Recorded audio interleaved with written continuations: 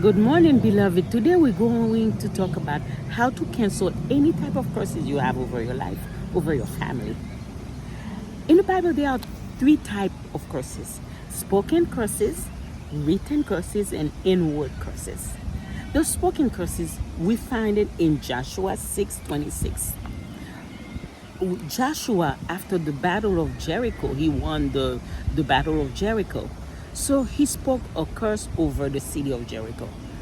He says, "Cursed be the man who shall build the city of Jericho.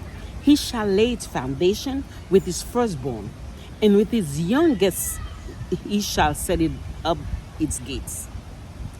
So 500 years later, a rich man, a billionaire, came and said he's going to build the city of Jericho, not knowing that Jericho had a curse on it. So he started building. When he laid the foundation of the city, his first son died. He continued doing the work, and when he finished and he putting the gates, his youngest son died. So what am I trying to say? When there is a curse over you, over your family, there are some entities, some demons who make sure that those curses are carried out. So that's why sometimes in families, that some families are struggling with certain type of problems, like drug addiction. Your father might be, was a drug addict, and you're fighting with drug addiction.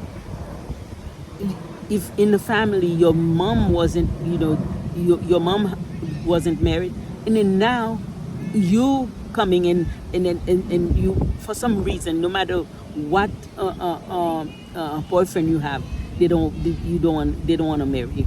So sometimes those are curses that are in the family. Okay, maybe somebody spoke them out a long time ago over your grandparents that you didn't know. Okay, now these are spoken curses. The written curses are curses that people just wrote over you. They wrote it down. We find the example is in Jeremiah 22 verse 30. This is God himself who spoke a curse over a king that was very bad, going after the idols. His name is Coniah, son of Jehoiakim, king of Judah. And in verse 29, it says, God says, "O earth, earth, earth, hear the word of the Lord. Write this man childless, a man who shall not prosper in his days." So you see, this is written curse. The inward curse is when people smiling with you, giving you compliments, but inside they have a whole different story. Inside they're cursing you, they don't like you, they are jealous. But outside they're saying, oh, they're happy with you, giving you compliment. Okay, where we find that? We find it in Psalm 62 verse 4. It says, "They delight in lies. They bless with their mouth, but they curse inwardly." You see, they're blessing you with their mouth, but inside is a different story. Those are inward curses. Okay, so we find out who can really put a curse on you. People who have authority over you, like your parents, your teachers, your mentors, your coaches. So sometimes you frustrate them and they say something, you'll amount to nothing.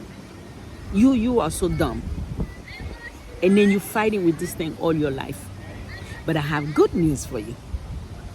You see, when you have things that you're fighting that might be a curse over your life, if somebody who have authority can place a curse, you need somebody who have either the same authority to cancel it or a higher authority.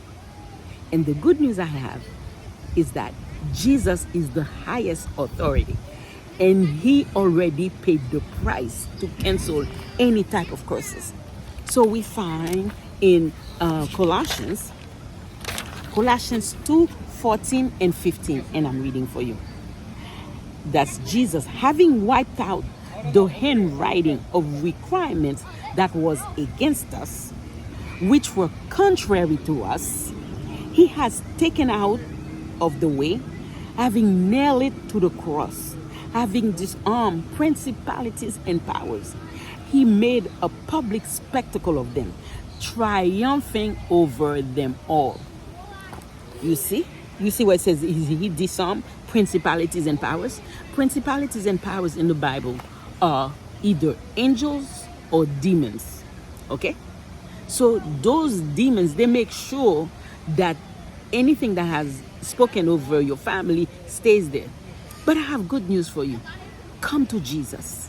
Accept Jesus as your personal Savior and ask Him to remove any curse that you're fighting with, anything you're fighting with that make no sense, that your family is fighting with.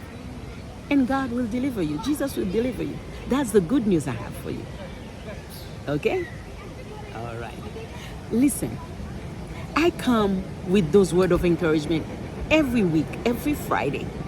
So, I'm inviting you to subscribe, to share, to click like, to share with your friend, to subscribe to the prayer channel by Evelyne Tricarico. And to every week come back, because I always have something for you on a weekend, on Friday. Okay? Bye-bye now. See you next week. Okay, bye-bye.